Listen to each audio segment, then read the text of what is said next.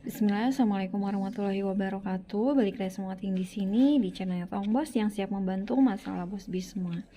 Bos Bis, di video ini Oting mau review obat pereda nyeri ini dari Proris Ibuprofen. Tapi sebelum ke reviewnya, Oting mau disclaimer dulu, Oting bukan sebagai tenaga kesehatan ataupun dokter. Jadi yang disampaikan di video ini tuh Oting dapatkan infonya dari kemasan obatnya langsung atau dari website kesehatan resmi ya.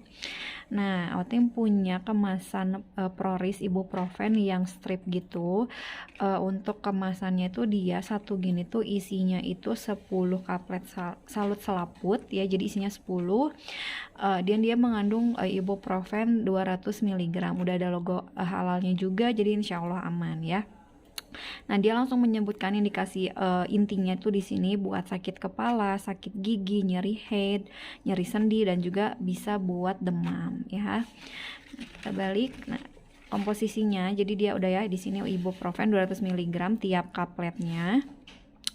Terus farmakologinya, jadi ibuprofen itu tuh golongan antiinflamasi non steroid yang mempunyai efek sebagai analgesik, jadi untuk meringankan rasa sakit, juga antipiretik untuk menurunkan demam. Nah, jadi aktivitas analgesik ibuprofennya itu caranya gimana? Dia itu menghambat suatu enzim yang disebut sikloksigenase dengan akibat terhambatnya sintesa prostaglandin, yaitu suatu zat yang emang bekerja pada ujung-ujung syaraf jaringan tubuh yang emang lagi sakit.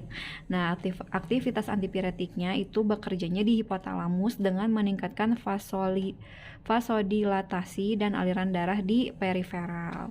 Nah, di sini indikasinya lumayan banyak ya si Proris Ibuprofen ini tuh dia jadi intinya sih meredakan nyeri, tapi nyerinya tuh antara lain kayak buat nyeri head, nyeri pada kalau misalkan lagi sakit gigi atau pas udah pencabutan gigi, terus nyeri setelah operasi, sakit kepala, terus gejala nyeri ringan sampai sedang pada penyakit rematik tulang sendi dan non sendi, atau bisa juga buat yang emang baru terkilir gitu ya.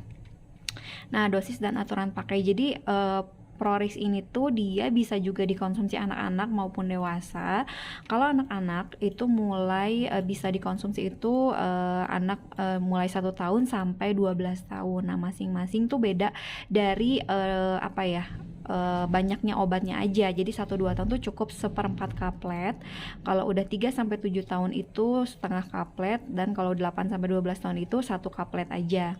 Nah, dia itu nggak boleh digunakan sama anak-anak yang berat badannya kurang dari 7 kg ya. Jadi kalau misalkan anak 1 tahun misalnya ya masih di bawah 7 kilo, itu berarti udah nggak boleh. Atau mungkin bayi ya, bayi itu kan paling di bawah 7 kilo, nah itu nggak boleh. Nah, ini harus diminumnya itu setelah makan ya.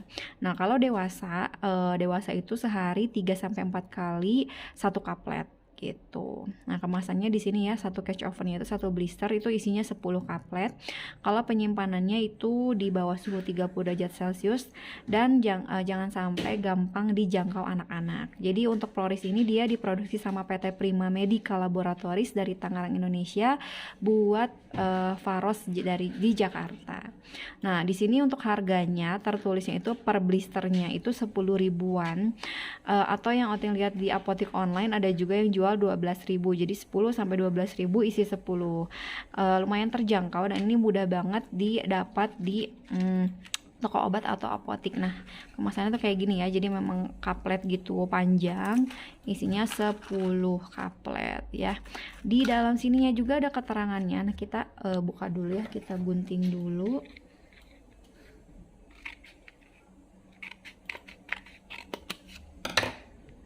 Nah, oke, di sini ada keterangan Proris ini tuh bentar.